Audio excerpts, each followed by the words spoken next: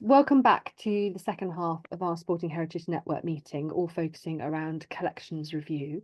I'm really pleased to have a special guest with us today.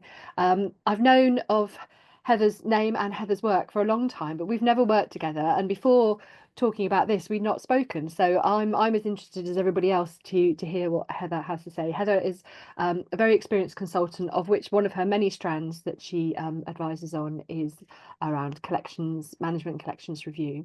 I won't steal any more of your thunder, Heather, but would you like to introduce yourself and we'll kick off this second half? Yes, thank you, Fran, and hello everyone. And so lovely to hear all your updates. I was listening, I just didn't want to sort of distract from it all. I just realised I haven't had an awful lot to do with Sporting Heritage apart from Trent Bridge. I did some work with Trent Bridge a few years ago. But you've got such interesting stories to tell, and it reaches everybody, doesn't it? So you're doing great work, and I just think the network, the Sporting Heritage Network, is such a brilliant thing that you're all involved in. So I'm really delighted to be here this morning. And my background is I started really in collections, so sort of a very long time ago. I won't say how long ago, and museums, running museums, and then museum development. And I worked for a local authority, and I worked in a university, and I worked in an independent museum as well. And I've been a consultant for quite a long time, and working with lots of collections. And collections review was something which several years ago suddenly evolved into something that had some methodology behind it. So it sort of got a title. There's a spectrum procedure for collections review now, which there never was. And it's a means of sort of having a methodology and a rationale really for looking at collections in different ways. And I was involved sort of quite near to the beginning when the sort of significance of collections and some toolkits out there were developed. And I ended up working with at the very beginning, sort of with historic royal palaces, for example. They reviewed all of their collection, which was huge, helping them set up their methodology. I did some work with museums in Wigan. I did some work with National Trust Scotland. So I did quite a lot of sort of big-ish projects, as well as some small ones. So I worked with some small museums as well, helping them set up systems for measuring, if you like, and trying to reach some ideas of what they wanted to find out from collections using collections review methodology. So I wrote the guidance for the Collections Trust, and there are some case studies attached with that as well. So that was very much focused on using collections review to help make decisions about rationalisation. So I know that your focus at the moment is around significance, particularly, but we often use collections review as a means to manage collections and think about those stores that you were talking about, Fran, about them being too full, and sometimes using it as a method to work out what we're going to keep and what we might make available for disposal. So I think as a methodology, collections review is a thing. It works for lots of people. I think I'd always say you need to do what's right for you. So that's what I'd say. And I think anybody can do it. So it's not some great, sort of mysterious thing. I think any museum can do it. You just need to work out what your criteria are. So what I'm going to do is I've got some slides to share, and we will send these out afterwards. I've also, if you wanted any, there are some screenshots of spreadsheets and a Word document, which is a table. If you want any of those afterwards, I'm really happy to supply them. They're examples I've used with real projects. I'd have to take the names off, but apart from that, there would be no problem with that. And I've also got a little animation film, which I don't know if anybody's ever seen, which is quite old, but it's about rationalisation of collections, and it explains it all perfectly. I showed it to my husband, who knows nothing about museums, and he understood it. He said it was good. So there you go. Anyway, I'm very disappointed. I'd just like to say that the Aston Villa person isn't here. because I was all ready, you know.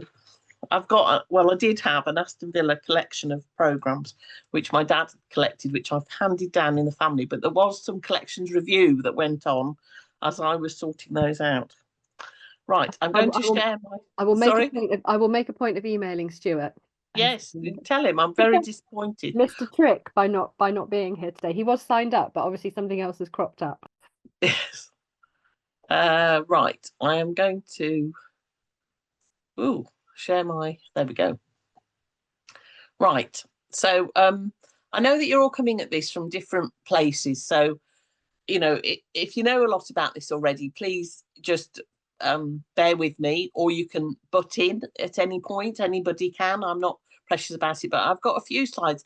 I've sort of got 15 minutes or so, 20 minutes, and then we'll look at the film. So it is very much an overview, and I've tried to simplify, I suppose, so that we're sort of at a position where it works for people. So first of all, what we're intending to do today is to understand the principles behind collections review. So what is it? Why do we do it? How it links to articulating your collection's significance. So I know, thinking about what it can help you do. And then a bit about review and rationalisation, and thinking about, if you're trying to decide what you're keeping and what you're not keeping, how important that is. So, yes, right, that's what I'm aiming to do today. So I think the first thing is thinking about what is it? What is collections review? So it's actually having a structured methodology, so it helps you to increase your understanding of collections and ultimately to improve access to them. So it's a methodology that is a means to ask specific questions of collections. So you can use it to say what you want to ask collections. Is this bit of the collection, are we measuring how significant it is? Are we measuring how useful it is for learning or for exhibitions or for a specialist interest group? All of those things. You can have a whole range of questions that you're asking, and you're using this methodology to enable you to sort of score stuff, really, I suppose. It's an opportunity to explore the significance and hopefully to feed into helping organisations develop a statement of significance. And sometimes I don't know how far you are on with that. I know there's a focus for that as part of this programme. But having a statement of significance really helps, I think, to define who you are, what you're trying to do, how important your stuff is. And if you're trying to attract funding or support, then having that statement is really helpful. And it's also that methodology which can provide you with a rationale behind rationalisation. So if you're looking to make any disposals from your collections, you need to have gone through a rationale, a proper process, instead of just randomly thinking, well, I don't like that Aston Villa programme and we'll throw it in the bin or whatever, or we've got, I don't know, 47 netballs and they all look the same. We'll get rid of 27 of them without any kind of rationale about why you've selected them. So I think it gives you that methodology. So that's what collections review generally does. So if just thinking about collections review and how that links to how you develop your collections. So if we think about collections development, so how you add things to the collection. Collections development makes sure that we manage collections so they can help your heritage organisation fulfil its purpose. So I think it all comes down to understanding what you're here for, what your purpose is, and then having collections development that adds to it.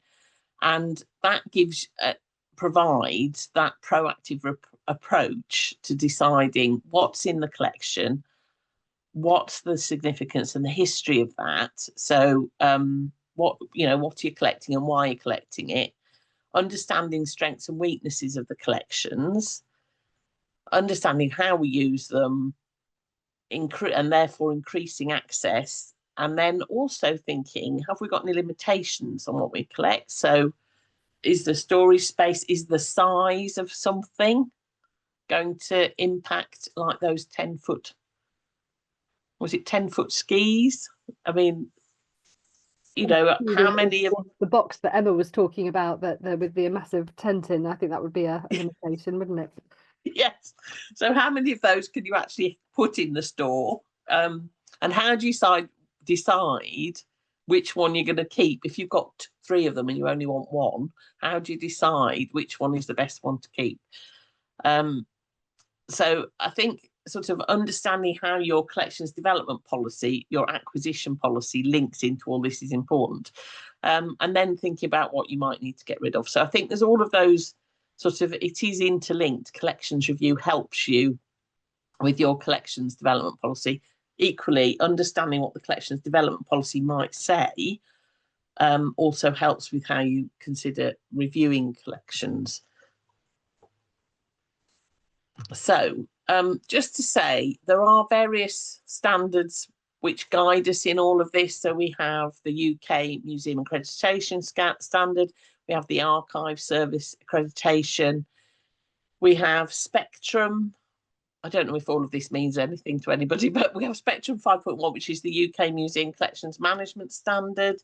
So that's managed on our behalf as a sector by Collections Trust. And we have the Museum Association Code of Ethics, which museums work within. And if you're an accredited museum, then you'd have to follow the guidelines of the MA Code of Ethics if it came to disposals. And they have a toolkit which is called Off the Shelf for ethical transfer, reuse and disposal. So if you're thinking about any of those things around disposal, then that's a good place to start.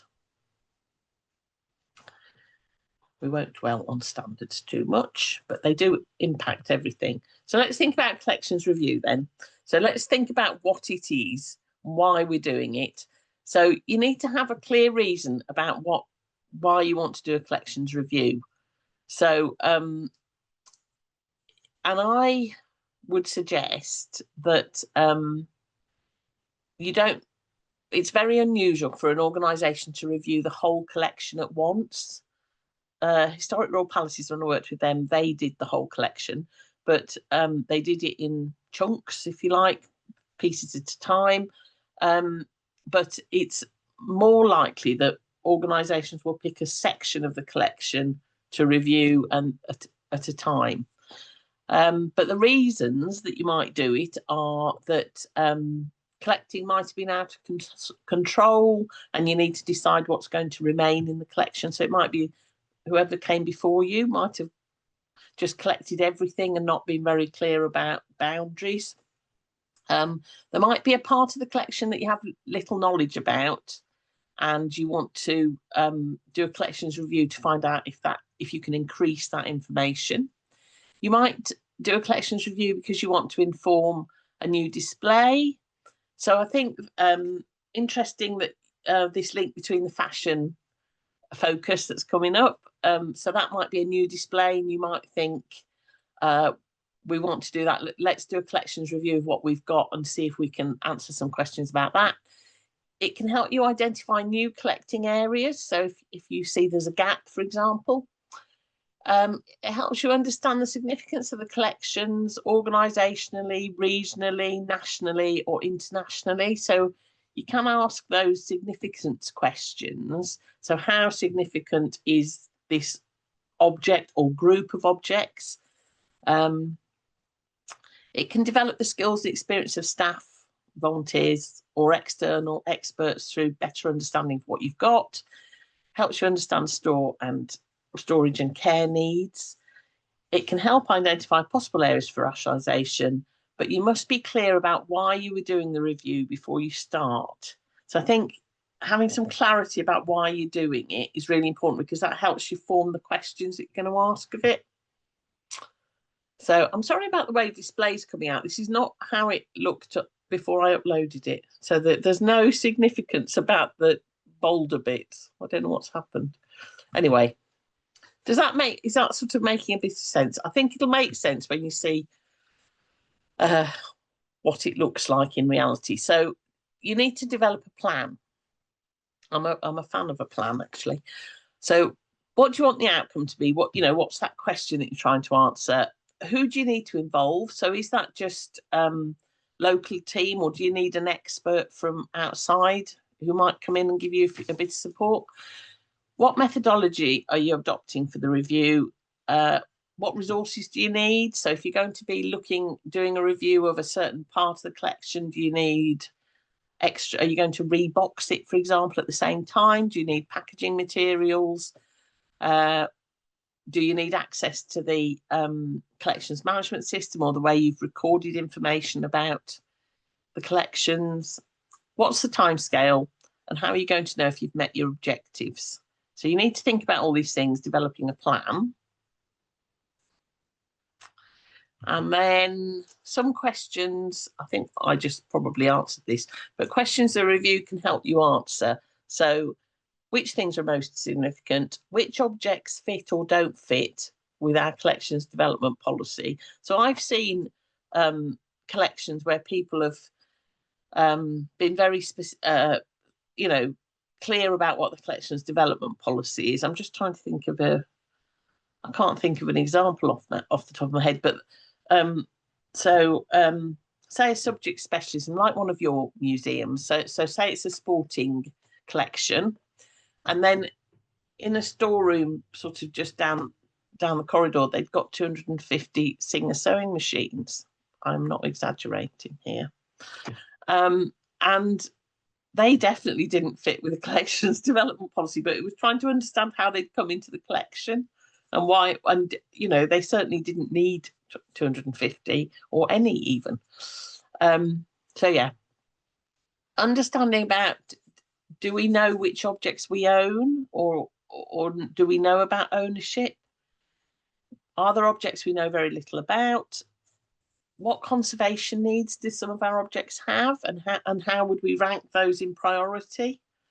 For example, if something was ranked as internationally significant and it had high conservation needs, would you prioritise that within your budget, for example? Or would you think, well, no, actually, we'll prioritise something else? So those sorts of questions are important.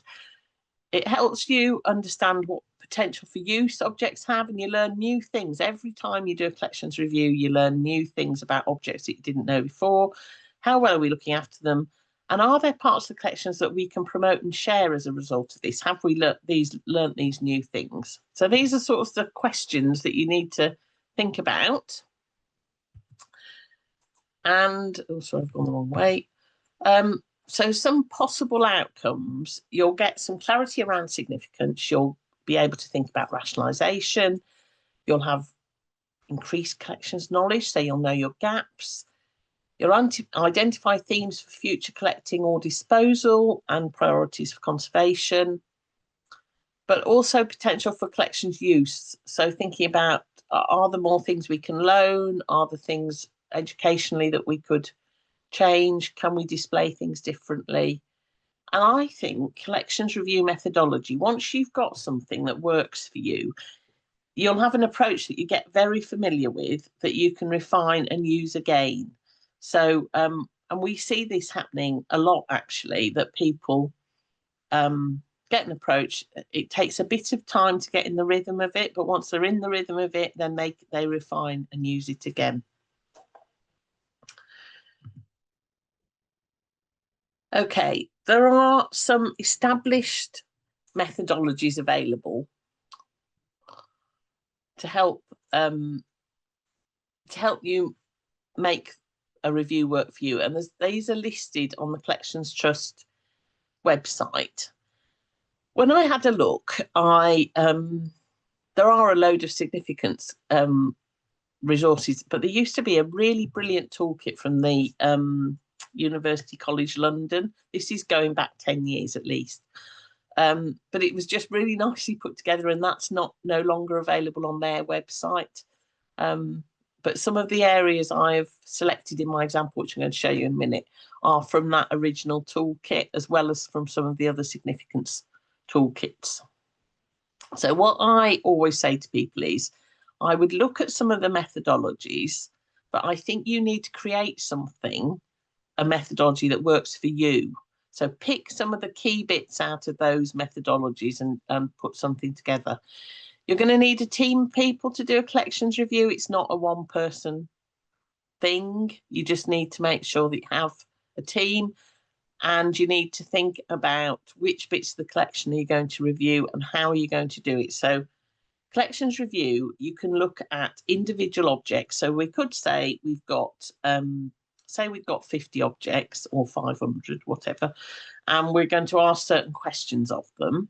And we could do that for individual objects. But sometimes we have what we call review units, which would be a group of objects. So you might say, well, we're going to do, all these things have some similarities. We're going to do those as a group.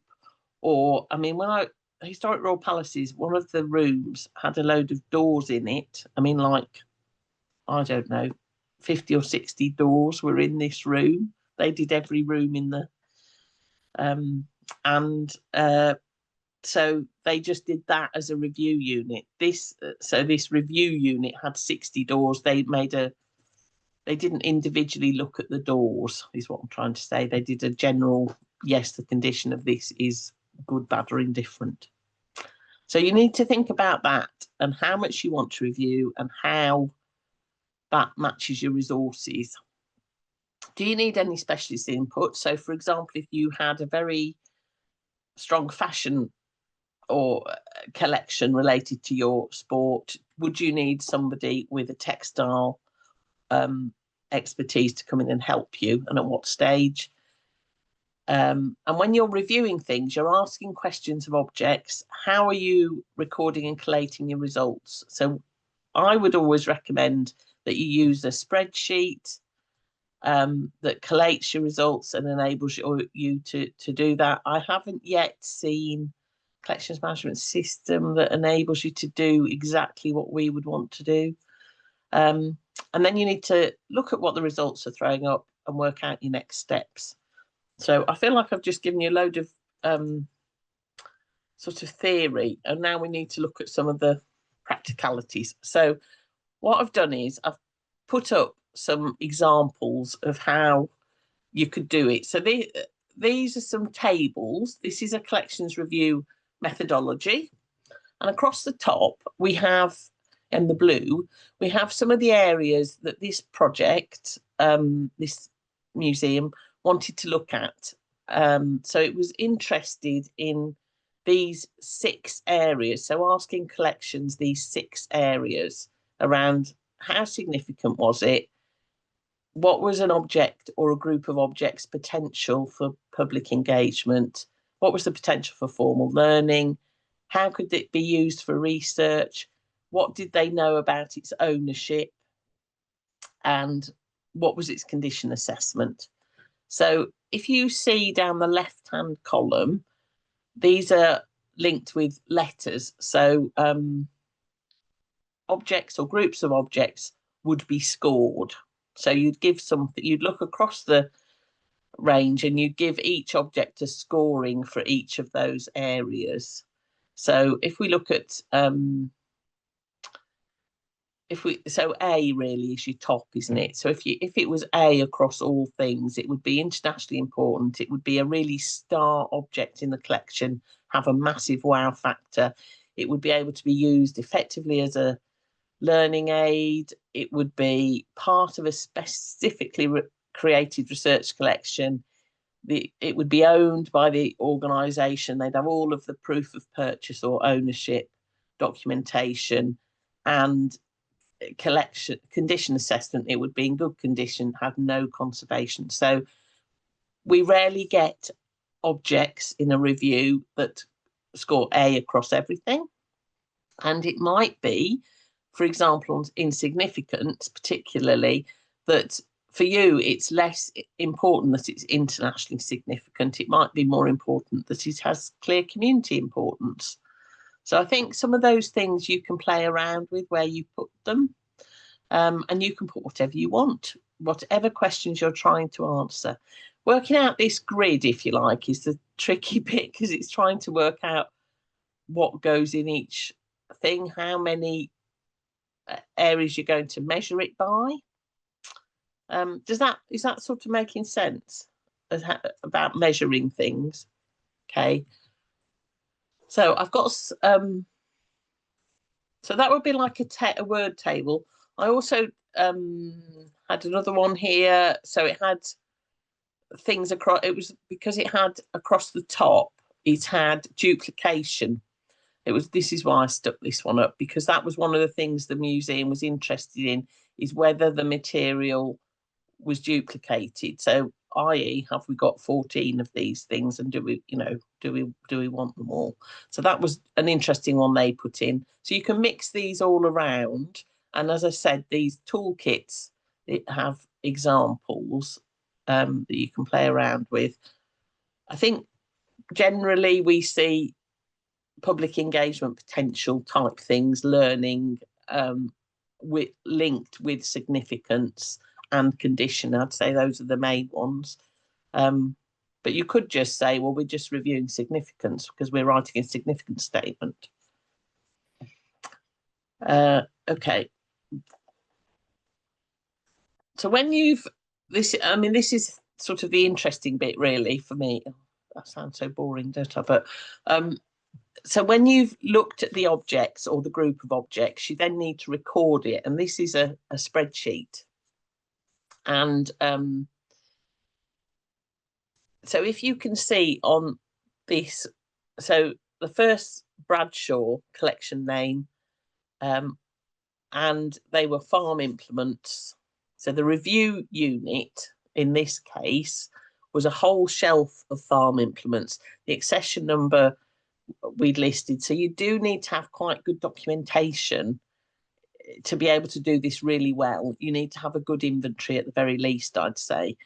But we've listed where the location is. We've recorded the accession number. So this, in this case, is accession number 1998 11 227. So that number of objects. We've described the review unit as the whole group of items, and then we've recorded the score. So can you see, and I color coded the spreadsheet so that it's spread out. So you can see on that line, you can see that there's 2 A scores. So the condition and the significance are good, A. Ownership is the problem because that's scored E. So that object, that would signify to me that it's a really important object, but we need to sort the ownership out. And the line below you can see is a one-off object, and that has high significance A, but the condition is D, so that's not so good. But you know you own it, so it's low risk from that point of view. But again, if it's high significance, you might decide that you want to make that investment in conservation. So when you do a load of these, then you see the trends coming out, and then that helps you to analyse and provide that sort of report to yourselves about what the collections review is going to provide. I am conscious of the time, so I'm going to skip on. So other ways of doing a recording form are to include things that are important to you. So is it a large object? On this one are additional things here. Is it a large object? Is it heavy? Are the health and safety requirements? Is it on the CMS system, i.e. have we actually added it to the record? And then any notes. So again, interesting ways of adding in extra things that you need to know. This was all completely subjective. Is it large? Is it heavy? We hadn't defined what that meant. It was a bit of a yes, it is, no, it isn't. But we were doing a bit quick and dirty on this one. So yeah. Also, you can use a numerical scoring system. So if you can see on this one, there's a numerical scoring system. So you can see these scores across the top. Total score of 100. The advantage of this is that you can weight things. So for this one, display potential was more important than significance, for example. So they weighted the scores for each one. And then you get a total score in the results, like this. So if you can see just sort of total score for this line number one is 74. And total for the line below is 59. So if you were thinking about which was more important, the total score would give you an indication of which objects were more important. However, there are limitations to that because of the nuances that come with it.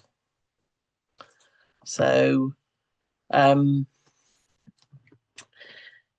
it's useful because you can weight it, as I said, but the nuances are missed. If you use a scores-based approach, you could end up with some irreversible decisions for collections around disposal. So I've seen this used really positively, but I've also seen it where senior people in the organisation have looked at the results and said, oh, well, everything under a 20 or whatever we're getting rid of, and not understanding there's some nuance there as well. So I think it's really important to the interpretation of the results. So how you do that's really important.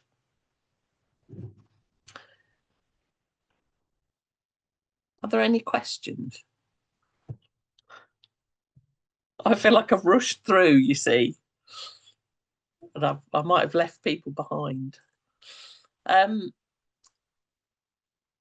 What I'd say is try and complete a pilot and then review how you get on. So do a few objects or a few groups of objects, see how you get on.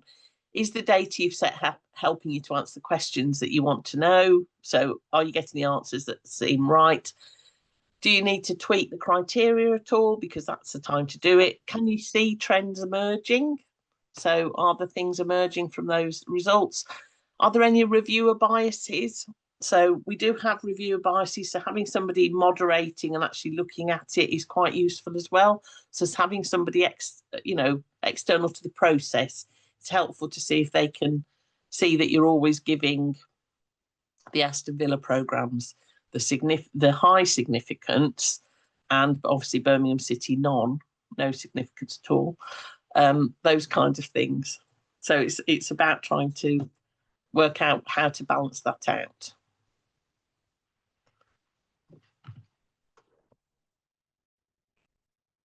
Some top tips then, just to be really clear about why you're doing the review. What do you want to achieve? Consider how you want this review to enable you to use your collections more effectively. Look at the existing review methodologies and be assisted by them, but not restricted by them. You need to adapt them. All these ones I've showed you are ones that have been adapted. We've nicked bits from other people's reviews and used those.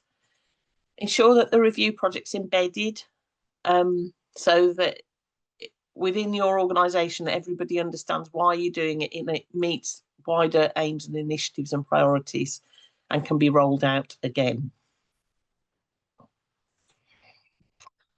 So rationalisation of collections, this is about deciding about things that you might want to dispose of. So achieving your museum strategic objectives, but that's an ongoing process as well. And collections review helps you to provide that methodology for approaching those issues of rationalisation. So if you're thinking about disposal, having that rationale behind it, of where you've measured things, you've got a sort of data set to approve it, is really important. Is it all right if I show this film for 5 minutes? I know we're on a tight schedule, but let's just see. Fine. When you did your screen share, did you tick the share sound as well? Because if there's sound, you may need to go back into the share to share the sound. I have no idea. Oh, thank you. Do you know, I have never spotted that. I only know it because I've been caught out by it before. This is on the Collections Trust website. Let's just see if it works. Welcome Can you hear to the that? Anglian Museum of Cups and Saucers. Its mission is to collect, conserve, safeguard, exhibit and interpret cups and saucers for the people of East Anglia. The museum aims to ensure that the public have the widest possible access to the Anglian cup and saucer collection through displays, events, activities and educational work. The mission of the museum has informed its collecting policy and it has... oh dear, hang on. It seems that perhaps the collecting policy hasn't been stuck to quite as rigorously as it might have. Is that a tea bag display I see in there? So, it appears over the years the Cup and Saucer Museum has perhaps collected items that might at one time have been considered relative to the collecting aims of the museum. But clearly now the time has come to review the collection and maybe even dispose of some of them. No, wait, stop! You can't do that. Rationalising a museum collection is not solely about disposal. It's not a quick fix to clear space and raise money. It's about refining collections, making them more accessible and making the museum more effective. It's really all about public benefit. Like all collections management, rationalisation needs a measured, structured approach. Indeed, an accredited museum needs to set out its approach to rationalisation in order to fulfil the requirements to the revised standard. A good place to start is by developing a policy statement. That should contain the museum's mission statement, a definition of rationalisation, and an outlined set of principles is also a good thing. Of course, to guide you with this policy statement, there's the Museum Code of Ethics, the Museums Association's Disposal Toolkit, and the Share Museums East's Planning for Action report. To move forward with rationalisation, a museum needs to have an overview of its collections. A simple spreadsheet is fine. And an overview of the potential each collection has for rationalisation. And it needs a process for assessing collections. Each object or group of objects could be considered in the following ways. First of all, think about relevance. Does it relate to the collecting policy of the museum? Quality. Is the item a good example of its kind? Duplication. Is it one of many examples of its kind in the collection? Condition. Is it in a decent state of repair? Are there health and safety issues to consider, such as asbestos, mercury or harmful chemicals? Ownership. Does the museum actually own the object, or is it on loan? And of course, size. Is the object taking up more space than it's worth? So, through careful assessment, you can reach a decision on the best option for each item. Allocating items a different use within the museum, such as set dressing or handling collection. Returning loaned items to their origins. Perhaps even recalling items on loan from other organisations. Converting loans to the museum to gifts to the museum. Disposal of items by gifting to another accredited museum, or if that's not possible, to other organisations or individuals. Disposal by sale to another accredited museum, or again, if that's not possible, to other organisations or individuals. Disposal by recycling. And, in cases where no other option exists, disposal by full or partial destruction. It's safe to say collections rationalisation does not happen overnight. It can take years and should be linked to the museum's overall forward plan. So, the Anglian Museum of Cups and Saucers has a mission.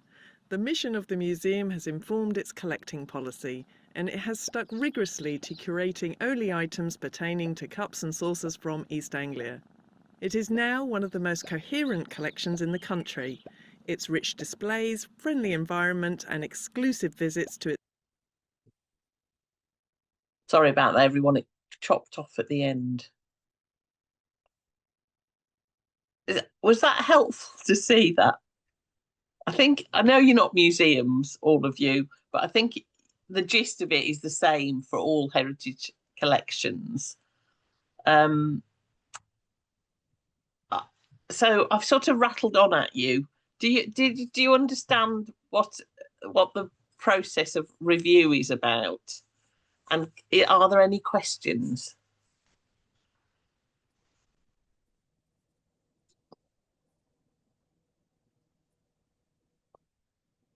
To see who's going to You'll have to take your mute off if you've got a question.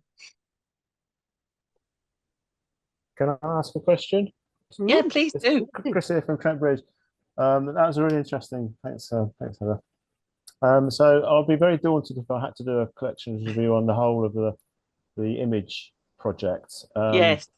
And it would see me out, I think. But we could break it down into a chunk of that collection and work out what we want to do with that particular section of the classification scheme, perhaps, and work it out from there and use that as maybe an example of moving it across other parts of the collection. Yeah, I mean, I think that's a really good approach, is to pick a part of the collection and see how it works. But you might pick a part of the collection that you think, actually, we could use this better, differently, more, or you might pick a bit of the collection where you, where you don't know much about it. That can be another one as well.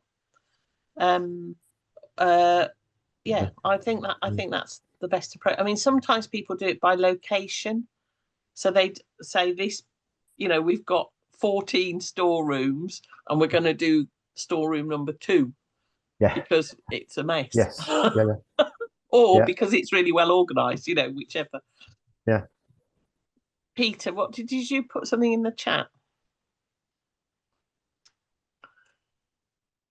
I'm one of the issues that we have, and Chris will bear me out on this, is because we're a cricket club, a lot of our history is based around particular events or players.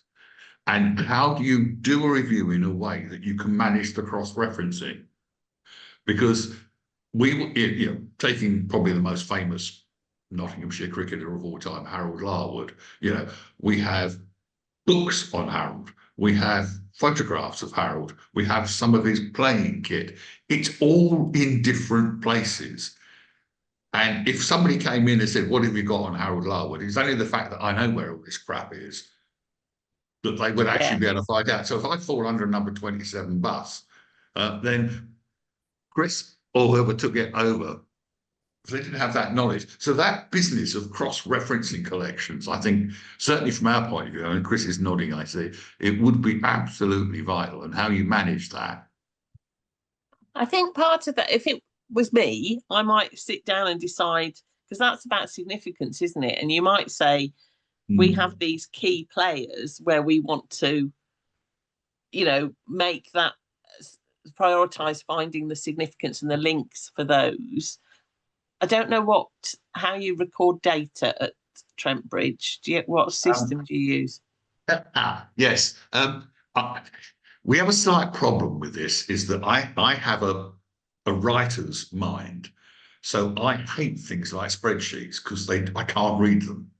I like lists of copy. But yes, we currently have a student who is, in fact, not unrelated to Mr. Walker, who is actually putting all this stuff into a coherent database for us, which will be a big help. Because then you could search under Larwood and everything would come up, but you have to have made that association in the first place, don't you? Yeah, that's I think that's the problem. At the moment, it's all still quite disparate. Yeah, so if it was, that's what I'm trying to say. If it was me, I would pick, however, start with 10 or 5 of the top ones that you think are important and prioritise trying to extract information from Peter's head into the database for each of those. That's what I would do.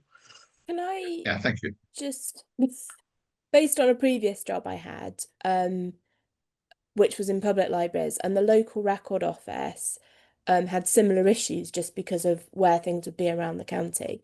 And they had a series of information sheets. So for things like a major player or a major competition series, they would have made an information sheet that contained all that information so that it was just much easier. And it was kind of a solution to having like multiple different systems.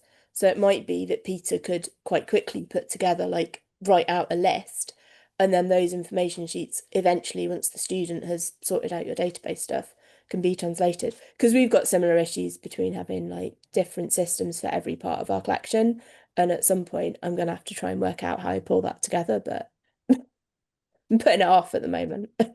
That's a really great suggestion, Emma. I think that's really helpful. And I think, I just think that's a really useful thing to do. Yeah, because that data wrangling at the beginning, before you can actually get into the juicy bit of doing your collection review, can sometimes be really off-putting, and it's incredibly time consuming. So yes, I think if you can chunk it up whichever way you slice it, but ideally as an organization you want to be looking to build in a little bit of that data management as you go along, so that future team members at Trent Bridge will find doing this process easier, or doing any sort of overview easier. I mean, when I work with small museums, I always say, if you can leave the collection in a better state than you found it, it doesn't have to be perfect, because looking after a collection, and particularly doing all the data management around it, is a life's work. And like you say, it will easily see us out, and probably those who come after us. But if you can leave it in that slightly better state, and particularly around the data, the next person will really, really thank you. But it's also not being off-put and overwhelmed if your data is not in a great state, because you are not alone. It is very common across all museums, even with big resource, that they've inherited different cataloguing systems, or they're maybe similar to your situation, Emma, where you've got a library system, an archive system, a museum system. There is no best fit really for lots of collection management, and although there's lots of standards in place to guide you, it doesn't then give you the capacity and resource for you to sort it out. The guidance is there, but it is putting the hours in, and if you're unpicking a system, and particularly when it's sat in lots of people's heads, which again is very common, it's trying to how you can extract the important bits. Thank you. Before you go under that bus, Peter, obviously. I think the overwhelming thing is important, actually, because you can look at it all and you think, I can't possibly do that, and that review methodology looks very complicated. It's not actually that complicated, but I think start small would be my pick. Something that feels easier, or that and don't forget that you don't have to do each object individually. You can group things together, like the doors, or you might have I don't know, box of cricket balls. You see, this just shows how ignorant I am. I'm sorry. I know they'll all be different, but you might have things together. But you could say, well, we've got this box of cricket balls from a particular event. We'll just do those as one thing, because actually, it doesn't matter. That the significance is in the whole rather than the individual parts. And there's definitely issues around, from my understanding, speaking to people across the sort of the sporting heritage sort of membership, there's definitely issues around duplication, and having lots of very similar items. And having worked with many military museums in the past, we have the same thing where you look at everything and it all looks the same. But you just need to make sure you do your due diligence, that one of the items in your collection of cricket bats, cricket balls, jerseys, sets of boots, doesn't have a rich story that you're accidentally throwing out. So there is a little bit of due diligence that's needed, and it's working out as an organization how you do that due diligence. It is the stories in people's heads. It may be going back to the donor, and again, without wanting to set yourself up with tasks that are so time consuming and resource hungry, you won't want to do that for every single item in the collection if you don't know what it's where it's come from. But if you have an inkling that you've got something that might be a bit special, it's trying to make sure that you've double checked it, so that if you do decide to pass it on to somebody else, or dispose of it, or downgrade it into a proper handling, you can sort of record your sort of thinking, so that somebody 10 years down the line doesn't go, oh well, that was part of the Larwood collection, it just wasn't recognized at the time. And these, she's welcome, Peter. But but also understanding that you can only make the best decision you can with the information you have available to you, and new research and new methods of looking at things will crop up in the future. The way we think about objects and collections now is very different to how we would have 10, 15 years ago. So the next generation who come after us will probably look through a different lens, and you can't help that. There's nothing you can do really about that. So have you managed to find the UCL collections? Oh, yeah, I posted the document. I had it in my resource library because, like you, I thought it was very clear. So I'll send it round as part of the wrap up. I posted the PDF in the chat. So yeah, That's brilliant, I kept because it from years ago. So by all means, download it and hold on to it. yeah, it's just got it was just a really helpful. I think the way they describe some of it's helpful. The actual things they choose. So yeah. Has anybody else got any questions they would like to ask in relation to their sort of projects, or how they might manage it in light of what Heather's been talking about this morning?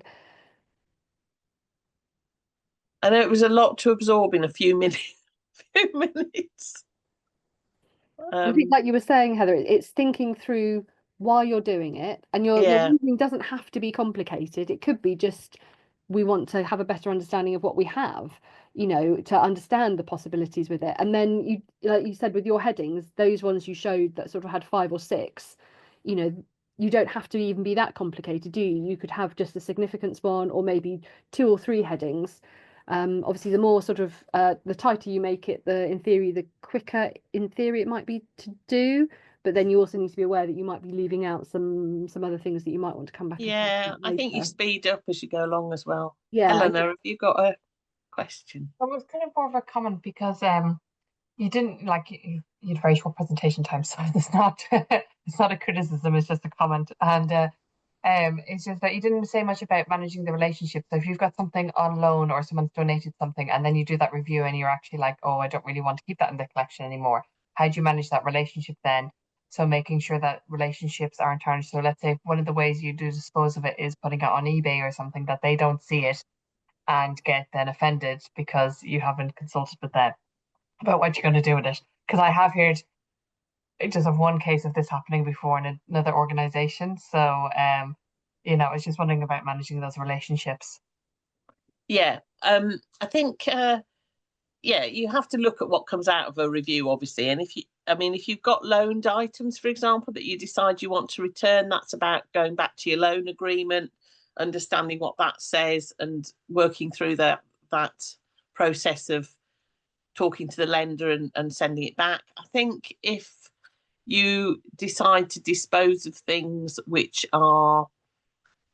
had been donated, if they're donated, they're owned by the organisation, so technically you can do what you want with them. However, we would always advise people to follow some of the ethical guidance that's out there. So even if you're not an accredited archive or an accredited museum, please look at the guidance that's out there. The Museums Association,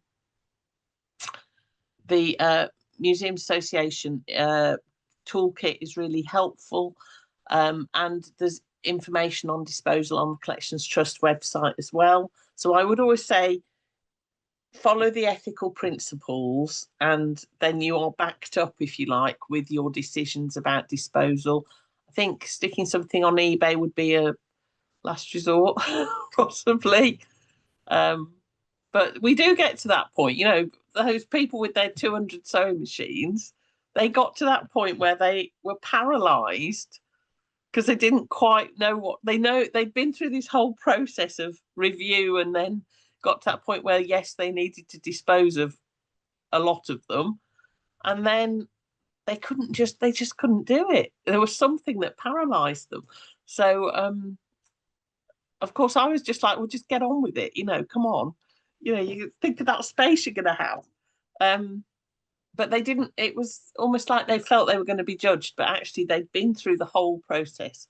So they actually, nobody wanted them. No other museum wanted them. Surprise, surprise. And so they did it through a charity donation that was sending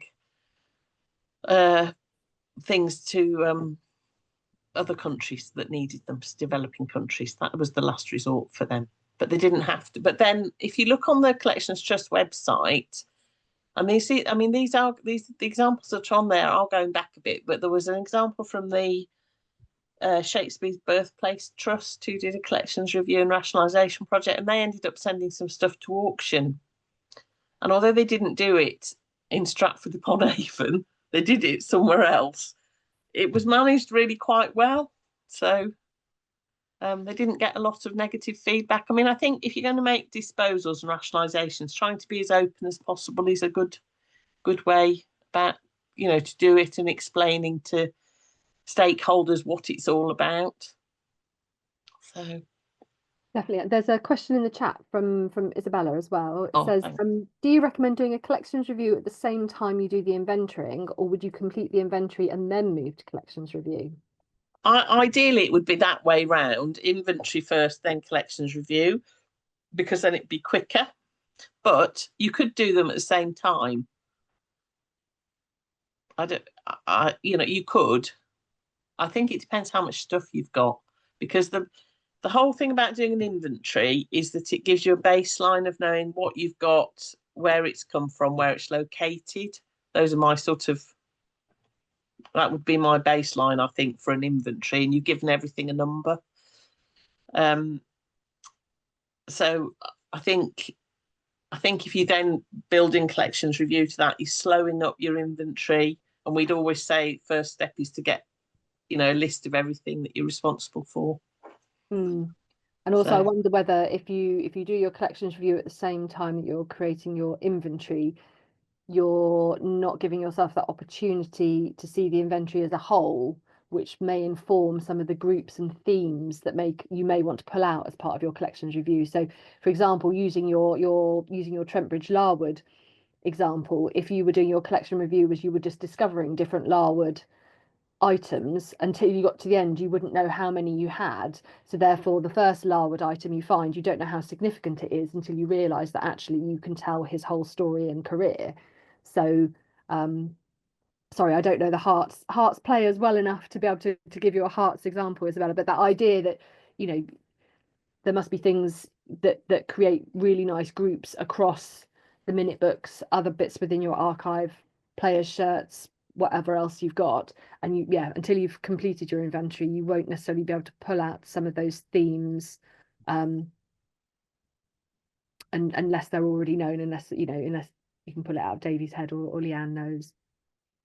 So yeah. So we're coming into the final sort of 5 minutes or so. Has anybody got any final questions before?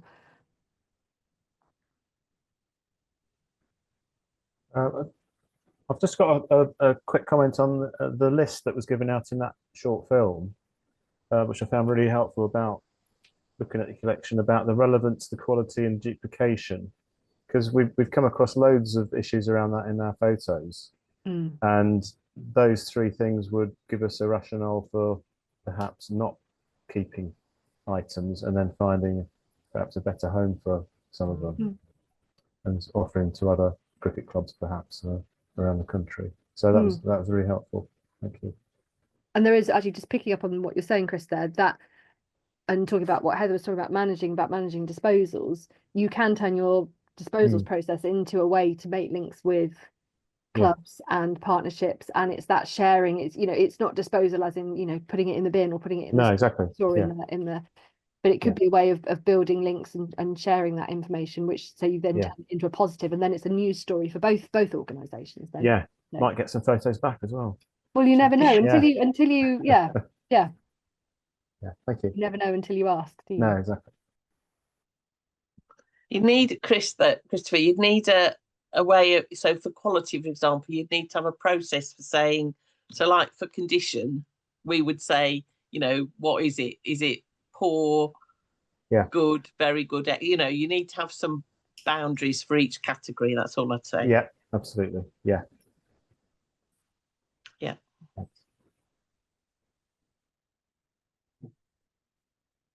Well, we'll send the slides out, and then maybe it'll give you just a chance to look at it, see it in its reality, if you like. And if you're able to look at some of the resources on the Collections Trust website, or if there's anything else I can help with, then just let me know. I've posted your website in the chat, and I will circulate that so people know how to get hold of you, Heather. I think my email address is on the end of the slides actually as well. Oh, yeah. So Brilliant. Any quick queries, I'm happy to deal with. If it's going to take me 4 days, I probably won't. But we've recorded this now, so it is, and it's in front of witnesses. So okay, fine. Heather Lomas, open for quick queries. Open for quick queries, yes. But thank you so much for talking to us today about collection review. Thank you everybody for all the discussions and updates. I will, as Heather said, I will circulate the slides and all the links that have been put in the chat. And if when you're starting your collection review, you want to run your ideas past them, do think about booking in for one of our advice surgeries. Or you can, if it's not a quick query and it is beyond the statute of limitations for Heather, you're more than welcome to contact any of the Sporting Heritage team, which you can always use me as your point of contact. As I say, there'll be another network meeting in the summer. Keep an eye on our newsletter, and that will be one linked to fashion. As I say, it will be with Rebecca, our textile conservator. So something quite different, but maybe you might have looked at some things in your textile collections as part of your collection review. So it could all link together. It's almost like there's a plan. So it just remains for me to say final thank you, and I hope you have a great rest of your Wednesday.